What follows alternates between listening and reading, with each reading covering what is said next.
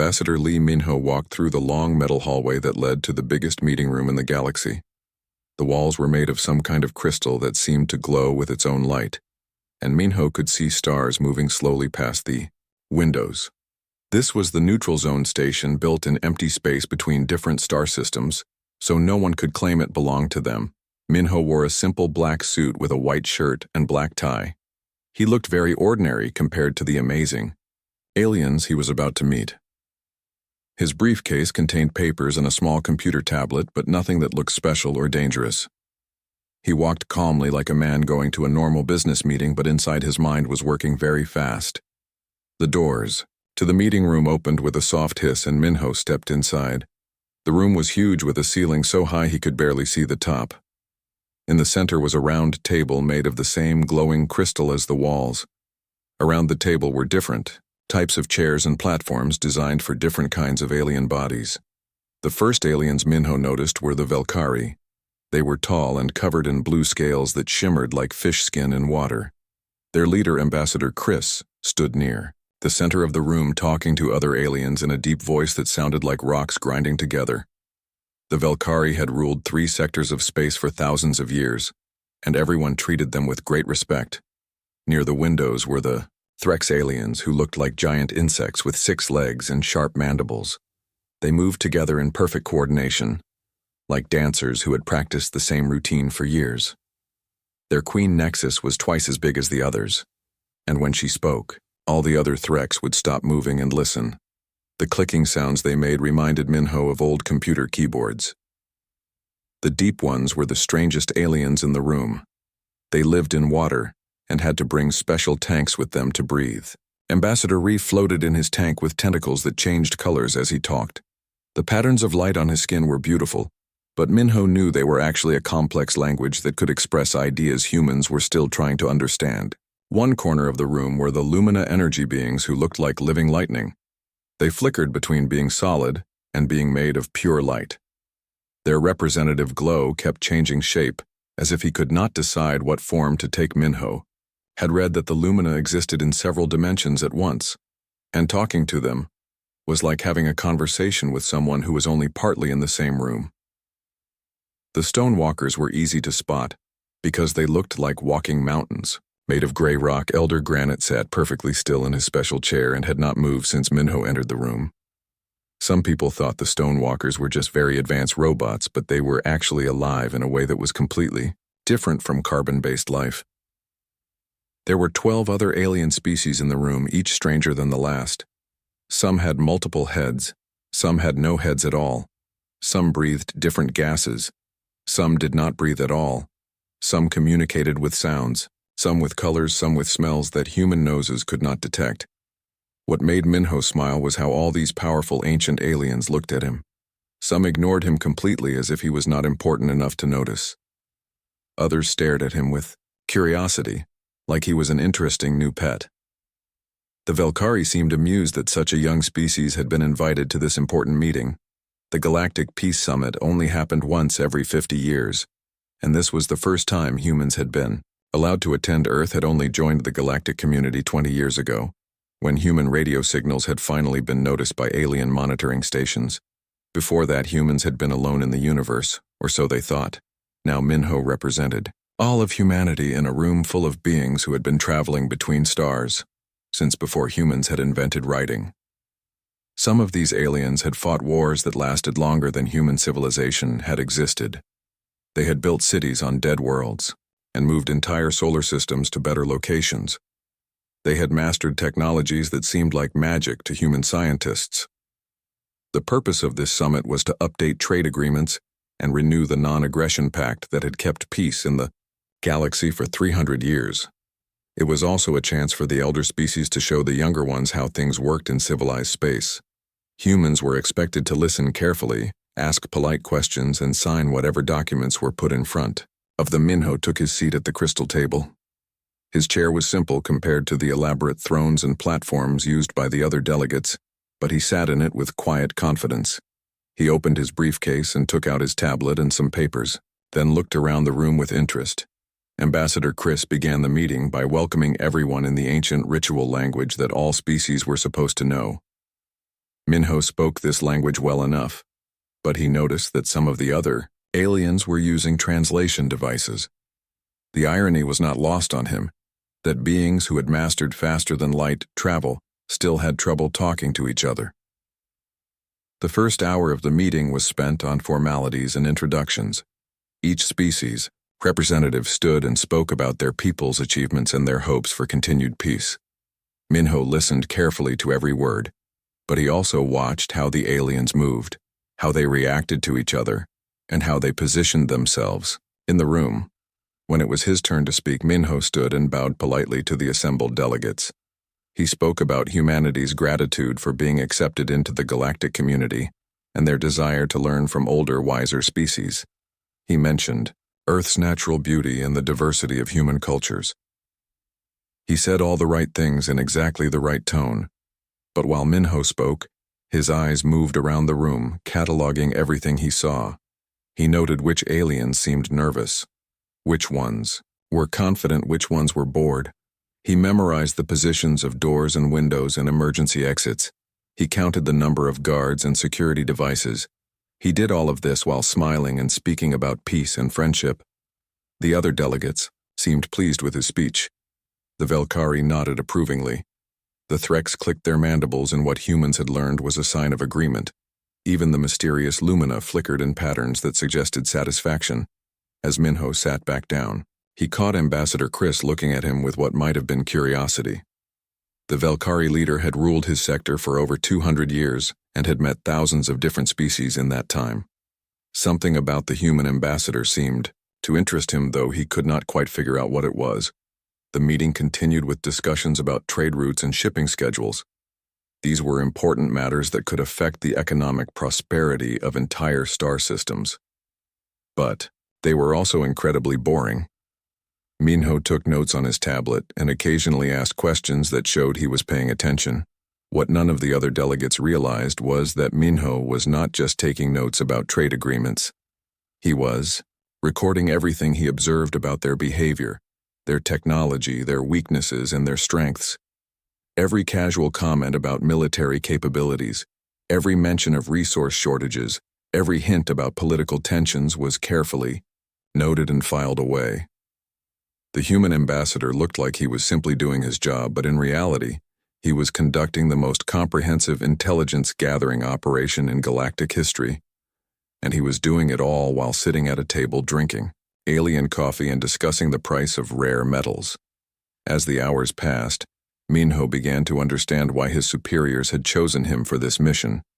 He was not the most senior diplomat on Earth, nor the most experienced in alien relations, but he had something that was more valuable than experience in this situation. He had the ability to appear completely harmless while being extremely dangerous. The stage was set for what would become known as the most important diplomatic meeting in galactic history, though none of the participants knew it yet. They were all focused on their trade agreements and peace treaties, while the real game was being played on a completely different level. Minho checked his watch and made another note on his tablet. The meeting was proceeding exactly as his briefings had predicted, and soon it would be time for the next phase of humanity's carefully planned introduction to galactic politics. The meeting had been going on for 6 long hours, and Minho could see that some of the alien delegates were getting tired. The Threx were clicking their mandibles more slowly, and the lumina kept flickering between dimensions, as if they were having trouble staying focused. Ambassador Chris, however, seemed as energetic as when the meeting started. The Velkhari leader was explaining his people's territorial claims in the Outer Rim sectors. His voice carried the confidence of someone who had never been seriously challenged. He spoke about ancient rights and historical precedents while displaying holographic maps that showed Velkhari control over dozens of star systems. Minho listened carefully while taking notes on his tablet. He had heard most of this information before from human intelligence reports, but it was interesting to hear it directly from Ambassador Chris. The Velkhari were clearly used to getting their way in these meetings, and expected everyone else to simply agree with their proposals. As Chris continued his presentation, he began making comments about the military capabilities of various species.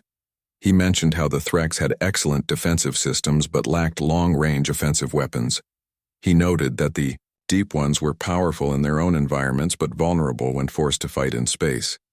He seemed to enjoy showing off his knowledge of galactic military affairs. Then Ambassador Chris made the mistake that would change everything. He turned slightly toward Minho and said with a dismissive wave of his scaled hand that humanity's primitive military capabilities were hardly worth considering in any serious strategic discussion. The comment was delivered casually, as if it was so obviously true that no one could possibly disagree. The reaction around the room was immediate. Several aliens made sounds that their translators converted into laughter. The Threx clicked their mandibles in rapid bursts. Queen Nexus antennae twitched with what humans had learned was their version of amusement. The Deep One's tentacles swayed in patterns that indicated they found something funny. Even the normally serious Stonewalkers seemed amused. Elder Granite made a low rumbling sound that was apparently how his people expressed humor. The lumina flickered more brightly and their representative glow actually became more solid, as if the joke had given him extra energy. Minho continued taking notes as if nothing had happened, but inside, his mind was racing. This was the moment he had been waiting for, the moment when the older species would reveal their true attitude toward humanity. It was exactly what his briefings had predicted would happen. The laughter continued for almost a full minute with different species adding their own versions of amusement. The sound filled the crystal chamber and echoed off the walls. It was the sound of ancient civilizations sharing a joke at the expense of the newcomers. When the laughter finally died down, Minho looked up from his tablet with a slight smile on his face. He appeared completely relaxed, as if he had also found the comment amusing. Rather than seeming offended or defensive, he looked like someone who had just remembered something interesting. "Actually, that reminds me of something amusing," he said in a voice that carried easily through the chamber's acoustic system. His tone was conversational and friendly, as if he was about to share a funny story with friends. "Before I left Earth, my superiors briefed me on our contingency plans for every species in this room. I have to say some of them are quite creative. The change in the room's atmosphere was immediate and dramatic." The laughter cut off as if someone had flipped a switch. The clicking mandibles fell silent. The swaying tentacles froze in place. Even the flickering lumina seemed to solidify as every being in the room focused their attention on the human ambassador. Ambassador Chris' scaled brow furrowed as he processed what he had just heard. His confident expression began to change to something that might have been confusion or concern. "Contingency plans?" he asked slowly. "What kind of contingency plans?" Minho's smile widened just a fraction, but his tone remained casual and friendly. "Oh, you know, the usual strategic assessments, tactical considerations, resource allocation scenarios, standard diplomatic preparation, really." He said it with the same tone someone might use to discuss the weather or comment on the quality of the meeting room coffee. The implications of his words, however, hung in the air like a toxic cloud. Every alien in the room understood that contingency plans meant that humanity had been thinking about potential conflicts with species that were supposed to be their allies and friends. Queen Nexus was the first to recover from the shock. Her mandibles began clicking rapidly as she leaned forward in her specialized chair. "Are you suggesting that humanity has developed military strategies against species that have been your allies since first contact?" Minho looked genuinely surprised at the question, as if the idea had never occurred to him. "Military strategies? Who said anything about military strategies? I said contingency plans. Though, I suppose the distinction might be academic in some cases." The way he said it made it even more unsettling. There was no aggression in his voice, no threat in his posture. He spoke like a teacher explaining a simple concept to students who were having trouble understanding. The casual nature of his delivery somehow made his words more frightening than if he had shouted them. Ambassador Reef tentacles began changing colors rapidly, cycling through patterns that indicated extreme agitation in Deep One communication. His bioluminescent display was so bright that it cast strange shadows around his water tank. "How is it possible," he asked, "that a species barely capable of interstellar travel could develop any kind of meaningful contingency against civilizations that have mastered the galaxy for millennia?" Minho tilted his head thoughtfully as if considering the question seriously. "That is an interesting point," he said. But I think you might be underestimating human creativity. We may be new to space travel, but we have been planning for conflicts for our entire history. Earth has never been a peaceful planet, and survival has always required thinking several steps ahead. He paused and looked around the room, making eye contact with several delegates. We have had to deal with resource scarcity, territorial disputes, technological advantages held by enemies, and the need to defend ourselves against opponents who seemed overwhelmingly powerful. These are not new challenges for humanity, Elder. Granite spoke for the first time since the meeting began, his voice like distant thunder. What specific contingencies could you possibly have developed? Minho set down his tablet and leaned back in his chair, appearing completely at ease. Well, I cannot discuss operational details, of course. That would be inappropriate in a diplomatic setting. But I can say that humans have always been good at finding creative solutions to difficult problems. The room fell silent again, as every delegate tried to process what they were hearing. The human ambassador was claiming that his species had developed plans to deal with every alien civilization represented at the summit. He was doing it in such a casual, friendly way that it was almost impossible to believe. But there was something in Minho's eyes that suggested he was completely serious.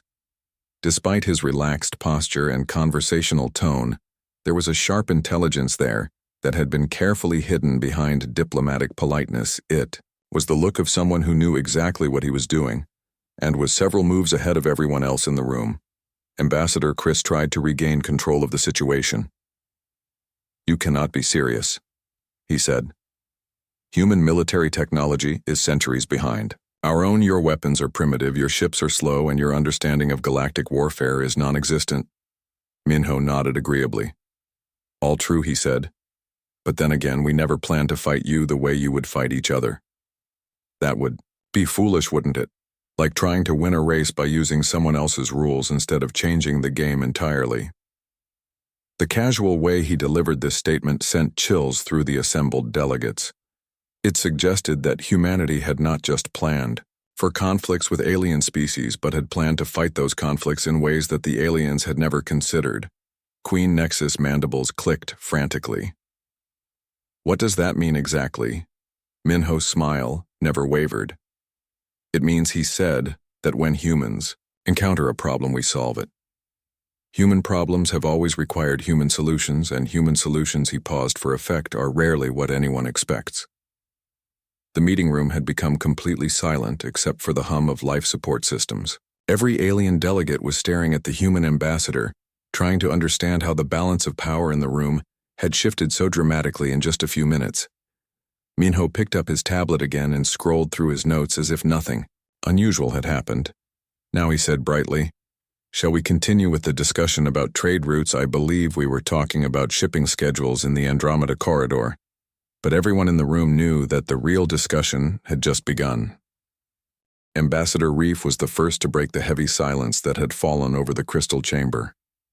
His tentacles moved in agitated patterns, while his bioluminescent skin flashed colors that the translation system converted into urgent speech. What kind of contingencies could a species that has barely achieved interstellar travel possibly have against civilizations that have mastered the galaxy for millennia? Minho set down his tablet and leaned back in his chair with the relaxed posture of someone settling in for a long, comfortable conversation. "Well, let's see. For the Velkari, we call it Operation Scaled Back. The plan accounts for your species' reliance on thermal regulation and your centralized command structure." Ambassador Chris' scales darkened, which everyone in the room recognized as a sign of serious agitation. "What do you mean by thermal regulation? Fascinating biology, really?" Minho continued as if he was giving a lecture to interested students. "Your people evolved on a planet with very specific temperature ranges, and your bodies require precise environmental conditions to function optimally. Your home planet, Velktar, maintains a very particular atmospheric composition that your off-world colonies replicate." "Exactly. Such precision is admirable, but it does create certain vulnerabilities." The Velkari ambassador leaned forward, his confidence from earlier completely gone. "What vulnerabilities?" he demanded. "Oh, I could not possibly discuss operational details," Minho said with a diplomatic wave of his hand. But I will say this. Humans have gotten very good at biochemistry. Amazing what you can accomplish with the right atmospheric additives. Completely undetectable, of course, until the effects manifest. The temperature in the room seemed to drop several degrees as the implications of his words sank in. The Velkari were known throughout the galaxy for their perfectly controlled environments. Every Velkari colony ship and space station maintained exactly the same atmospheric conditions as their homeworld. If someone could alter those conditions without detection, Chris' voice was barely controlled. What kind of effects? Minho appeared to consider the question carefully. Nothing permanent, of course. We are not barbarians. The effects would be temporary but quite effective. Your people would simply become very sleepy and disoriented. Kind of like what humans call hypothermia, but much more controlled. It would be like taking a long nap. Really, Queen. Nexus could not contain herself any longer. Her mandibles clicked like machine gun fire as she spoke. And what about the Threx? What could you possibly do to a hive mind species? Operation Swarm Reduction. Minho replied immediately without needing to think about it. Your species' greatest strength is also your greatest weakness. The hive mind that makes you so efficient in battle and construction also makes you incredibly predictable. Disrupt the Queen's pheromone signals, and an entire colony becomes confused and disoriented. The clicking from Nexus mandibles became so rapid it sounded like static. You are suggesting you could disable our entire civilization, disable heavens? No, Minho said, looking genuinely shocked. That would be unnecessarily destructive. We prefer more elegant solutions. Temporary disruption, strategic misdirection, controlled confusion. Why destroy when you can redirect? He paused and looked directly at Queen Nexus. Your people follow pheromone trails and chemical signals with absolute precision. But what happens when those signals are scrambled or when false signals are introduced? The workers become lost. The warriors cannot coordinate and the entire hive becomes focused on solving the wrong problems. Nexus was silent for a long moment as she processed this information. The idea that an outside force could manipulate Threx pheromone communication was terrifying, because it was theoretically possible. Their entire civilization was built on chemical communication. Network's Ambassador Reef tentacles were now cycling through distress colors so rapidly, they looked like a psychedelic light show. And the deep ones. What could surface dwellers possibly do to aquatic people? Operation Dry Spell, Minho said with the same casual tone. Their aquatic nature makes them vulnerable to specific waterborne pathogens that humans have identified and could potentially weaponize. Not to kill, of course, but to force them into deeper waters, effectively removing them from galactic politics for as long as necessary. Reef bioluminescent patterns became chaotic as panic set in. You have studied our biology. Extensively, Minho confirmed. We have samples of water from every Deep One colony world. We know exactly which microorganisms your people can tolerate and which ones cause problems. Introduce the right bacteria at the right concentration, and your people would have no choice but to retreat to the deepest parts of your oceans.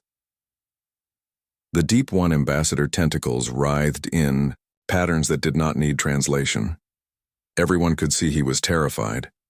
The idea that someone could poison their water supply with precision targeting was a nightmare scenario for any aquatic species. Elder Granite had been silent throughout the exchange, but now his rocky voice rumbled through the chamber. And the stone walkers?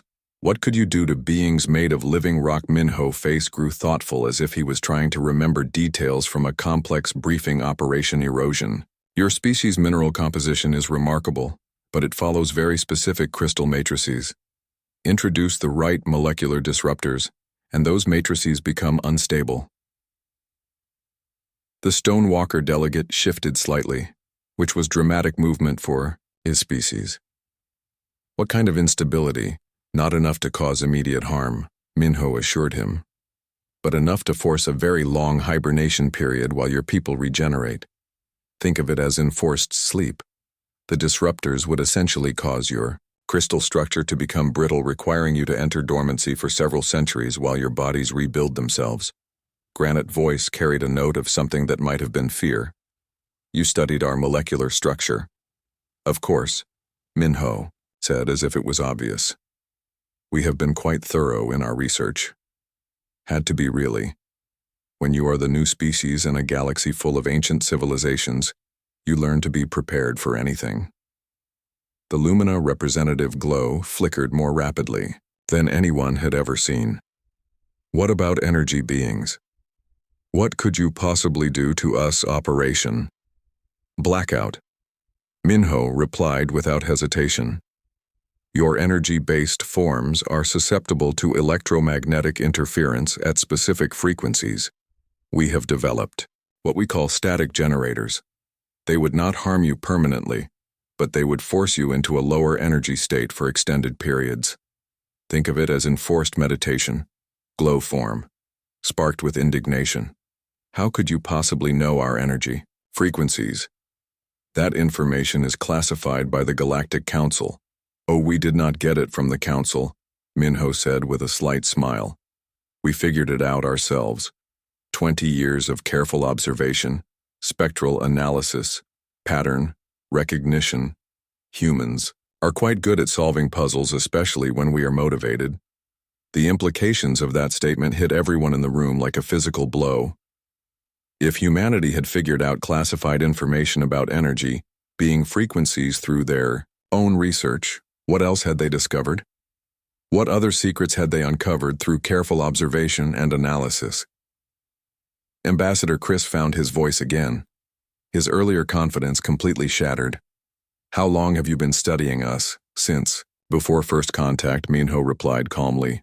We have been listening to your communications, studying your technologies, analyzing your behaviors for over a century. When we finally announced our presence, we already knew everything we needed to know about each of you. The room fell into stunned silence as the full scope of what the human ambassador was revealing became clear. Humanity had not stumbled into galactic civilization unprepared. They had been watching and learning and planning for decades before making contact. Queen Nexus mandibles clicked slowly. But why we welcomed humanity to the galactic community? We shared our knowledge, our resources, our friendship. Minho expression softened slightly, and we appreciate that truly. But humans have a saying, hope for the best, prepare for the worst. We hoped for friendship, but we prepared for other possibilities. It's nothing personal. We have contingency plans for natural disasters, economic collapses, asteroid impacts, solar flares. This is just how we think. The casual way he explained it somehow made it worse. He was describing the systematic analysis and potential neutralization of entire civilizations as if it was routine planning, like preparing for bad weather or equipment failures, planned for war before you even met us. Elder Granite voice rumbled with what might have been accusation. We planned for survival. Minho corrected gently. War is just one possible scenario. We also have plans for trade disputes, cultural misunderstandings, resource competition, technological conflicts, and 17 different types of diplomatic incidents. Would you like to hear about those too? The offer hung in the air like a threat disguised as helpful information. Every delegate in the room suddenly realized that humanity was not the naive newcomer they had assumed. The humans had been planning and preparing with a level of thoroughness that bordered on paranoia, or perhaps Minho thought, as he watched their faces, it was not paranoia at all. Perhaps it was simply good planning. The questions came faster now as each species representative demanded to know more about what plans humanity had developed against them. The careful diplomatic atmosphere that had existed at the beginning of the meeting was completely gone, replaced by a tense urgency that made everyone speak more quickly and directly. Ambassador Chris leaned forward, with his scales still dark with agitation. You mentioned 17 different types of diplomatic incidents. What kind of diplomatic incidents require contingency planning? Minho consulted his tablet briefly as if refreshing his memory. Well, there are the obvious ones like trade embargo scenarios, territorial dispute, escalations, and technology transfer breakdowns. But we also planned for more subtle situations like cultural contamination incidents, religious conflicts, spillovers, and what our analysts call influence operation reversals. Queen Nexus mandibles clicked rapidly. What are influence operation reversals? When a species attempts to manipulate human decision-making through psychological warfare, information control, or economic pressure, Minho explained calmly. We developed countermeasures for each known method of alien influence, including some that have not been used for centuries but are still theoretically possible. The Threx Queen fell silent as she realized the implications. If humanity had prepared for influence operations, it meant they understood how other species had manipulated younger civilizations in the past. It also meant they would be very difficult to control or guide in the ways the older species preferred. Elder Granite rumbling voice filled the chamber again. You said you have defensive plans as well? What did you mean by Operation Guardian? Minho smiled, genuinely for the first time since his revelations began. That one I can discuss more freely since it involves protecting, rather than neutralizing. Operation Guardian has 47 different scenarios for defending friendly species against various threats. Ambassador Reef tentacles moved in patterns of cautious interest. What kind of threats?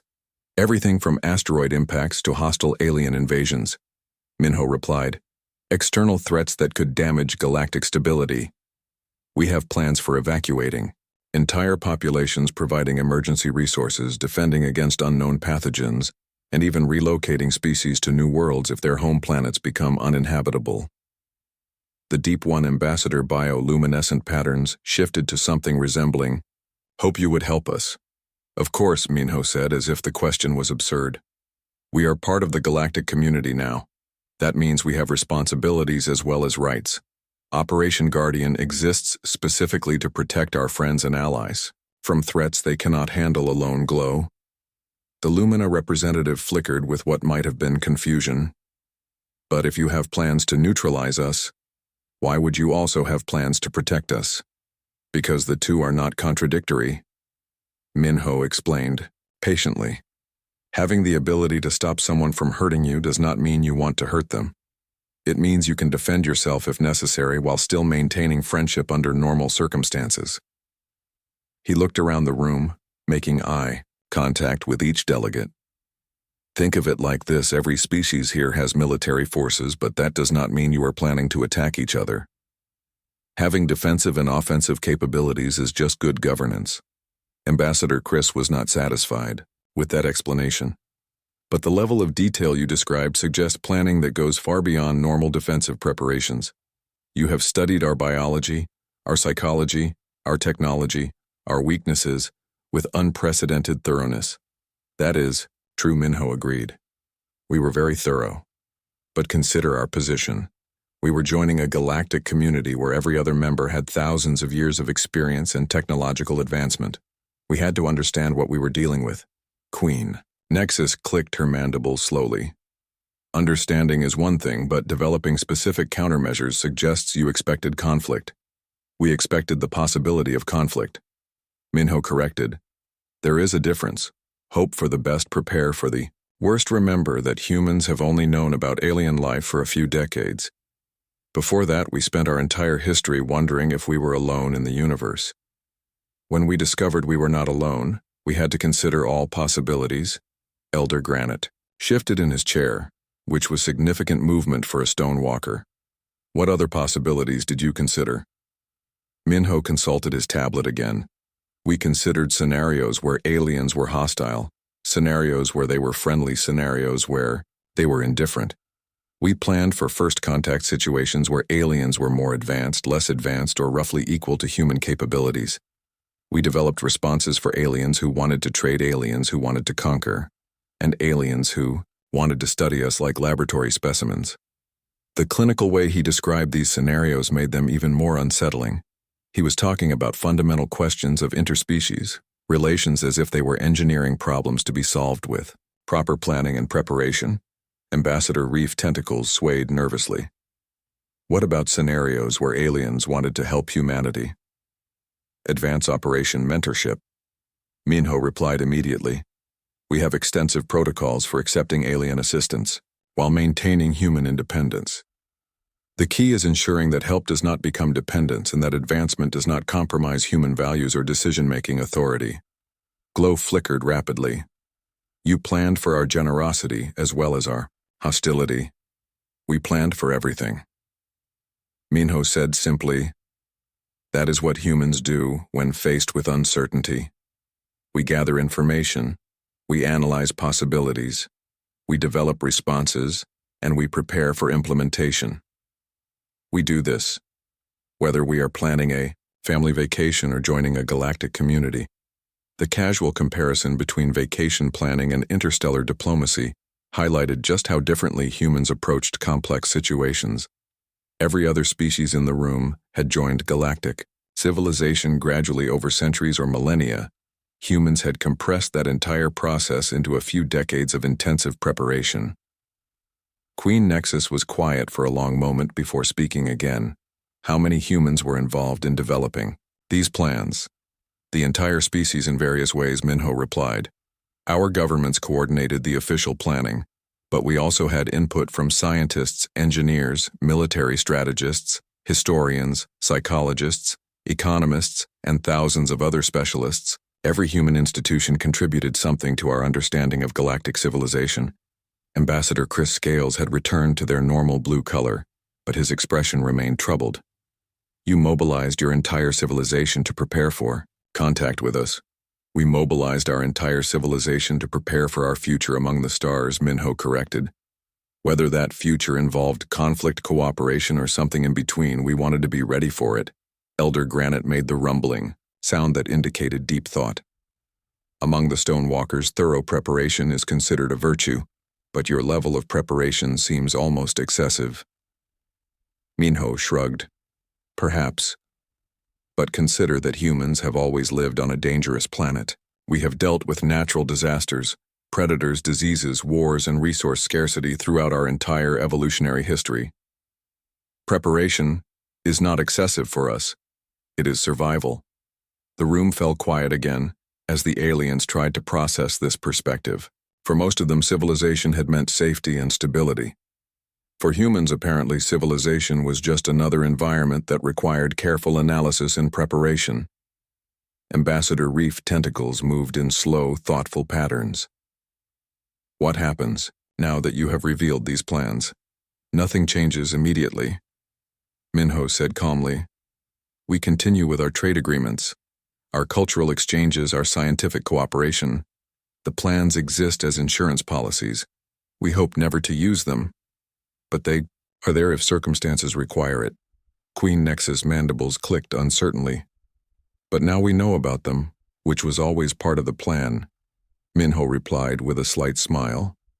Sometimes the best way to ensure peace is to make sure everyone understands the consequences of breaking it. Mutual knowledge of capabilities can be stabilizing rather than destabilizing. The implications of that statement were staggering.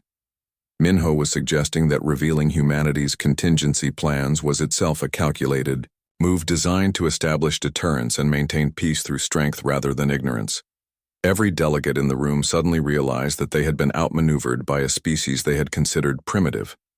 The humans had not only prepared for galactic civilization more thoroughly than anyone had imagined, they had planned their own revelation of those preparations as a diplomatic strategy. The balance of power in the galaxy had shifted, and everyone was still trying to figure out exactly how much it had changed. The crystal chamber had grown completely quiet except for the steady hum of life support systems and the occasional nervous sound from various species representatives. The casual way Minho had discussed these extensive plans was somehow more unsettling than if he had delivered them as direct threats. There was no malice in his voice, no aggression in his posture.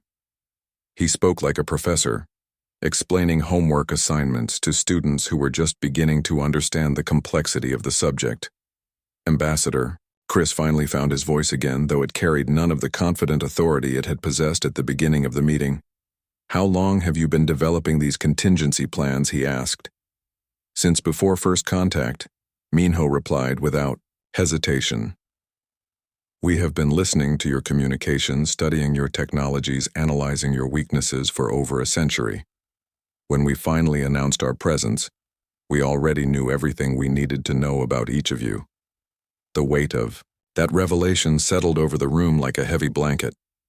Every species present had welcomed humanity into galactic civilization, believing they were helping a young naive species learn about the wider universe. Instead, they had been observed, studied and analyzed by beings who had been preparing for this moment for generations. Queen Nexus' mandibles clicked slowly, and what humans had learned was a sign of deep thought. But why, she demanded? We welcomed humanity to the galactic community. We shared our knowledge, our resources, our friendship. Why prepare for conflict when we offered cooperation? Minho's expression softened slightly, showing the first hint of genuine emotion since his revelations began. And we appreciate that truly. But humans have a saying: hope for the best, prepare for the worst. We hoped for friendship, but we prepared for other possibilities. It's nothing personal. We have contingency plans for natural disasters, economic collapses, asteroid impacts, solar flares. This is just how we think. The comparison between interstellar diplomacy and disaster preparedness was both reassuring and terrifying. It suggested that humans did not specifically expect trouble from their new alien friends, but it also showed that they treated every new situation as a potential threat that required careful analysis and preparation. Elder Granite voice rumbled through the chamber like distant thunder. You planned for war before you even met us. We planned for survival, Minho corrected gently. War is just one possible scenario.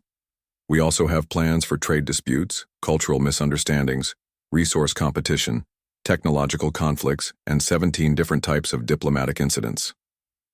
Would you like to hear about those too? The offer hung in the air, and everyone realized it was not really an offer at all. It was a demonstration of just how thoroughly humans had prepared for galactic civilization. They had contingencies for contingencies, backup plans for their backup plans, and alternatives for situations that other species had never even considered. Ambassador Reef tentacles moved in agitated patterns that painted shifting colors across the walls of his water tank. What do you want from us? He asked. Finally, want. Minho looked genuinely puzzled. Nothing. We are perfectly happy with the current arrangement. We trade, we learn, we grow together. These plans are just insurance policies. We hope never to use them. But you could, Chris said quietly. If you chose to, we could. Minho agreed. But we would not. As long as everyone continues to be reasonable. After all, we also have contingency plans for protecting our allies. Operation Guardian alone has 47 different scenarios for defending friendly species against various threats. The implications of that statement were as significant as everything else he had revealed. If humanity had defensive plans, it meant they were already thinking strategically about galactic politics in ways that went far beyond simple trade agreements. They were positioning themselves as potential protectors and guardians of galactic civilization. Glow, the Lumina representative, flickered with what might have been fear or confusion. Are you suggesting that humanity sees itself as the guardian of galactic peace? Not the guardian, Minho replied carefully, but certainly a guardian. We are part of this community now, and we take our responsibilities seriously. If threats emerge that require our unique capabilities, we would respond appropriately. Queen Nexus clicked her mandibles rapidly. What unique capabilities? The ability to think outside established patterns. Minho explained. Every species here has thousands of years of experience with galactic civilization. You have established ways of doing things, traditional approaches to problems, conventional wisdom about what works and what does not. Humans bring a fresh perspective. He paused and looked around the room. We see solutions that you might not consider because we are not bound by your historical assumptions. We approach problems differently because we have different experiences and different ways of thinking.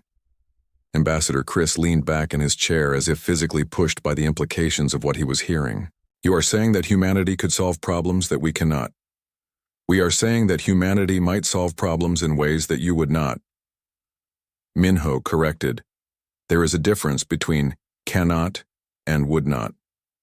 Your species are incredibly capable, but you are also set in your patterns.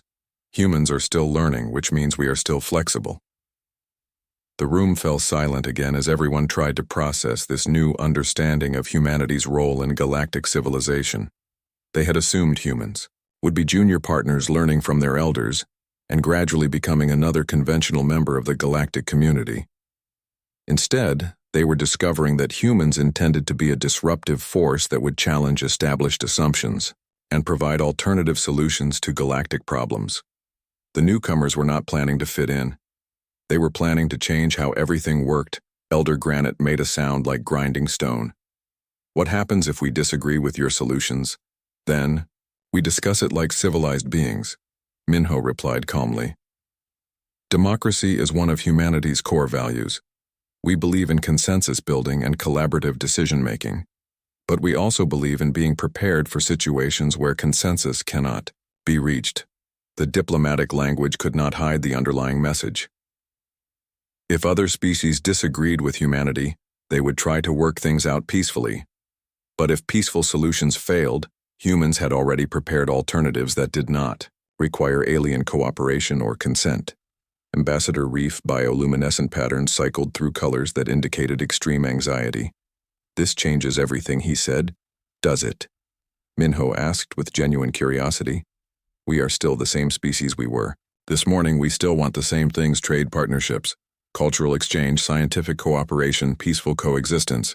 The only thing that has changed is your understanding of our capabilities. But that understanding changes the entire dynamic, Chris protested. When we thought humans were weak and naive, we could guide and control your development. Now that we know you are neither weak nor naive, now you have to treat us as equals. Minho finished for him. Which is what we wanted all along. The plans exist to ensure that equality is maintained, not to threaten anyone who respects it. He stood up and straightened his simple black suit, looking around the room at all the alien delegates who were staring at him with new understanding. Now shall we get back to discussing these trade routes I believe we were talking about? Shipping schedules in the Andromeda Corridor. The casual way he returned to mundane business matters after revealing information that would reshape galactic politics was typical of everything else he had done during the meeting. He made the extraordinary seem ordinary, and the threatening seem reasonable. But as Minho sat back down and opened his tablet to review trade agreements, everyone in the room understood that something fundamental had changed. The balance of power in the galaxy had shifted in ways they were only beginning to comprehend. Humanity was no longer the newest member of the galactic community. They were potentially the most dangerous one. And they had been planning for this moment since before they had ever left their home solar system. The universe had suddenly become a much more interesting and unpredictable place. The other delegates exchanged uncertain glances, suddenly aware that every assumption they had made about the future of galactic civilization might need to be reconsidered. The humans had just demonstrated that they were not the species anyone had expected them to be, and perhaps most unsettling of all they had done, it with a smile and an offer to continue discussing trade routes as if nothing important had happened. The meeting would continue, but nothing would ever be quite the same again.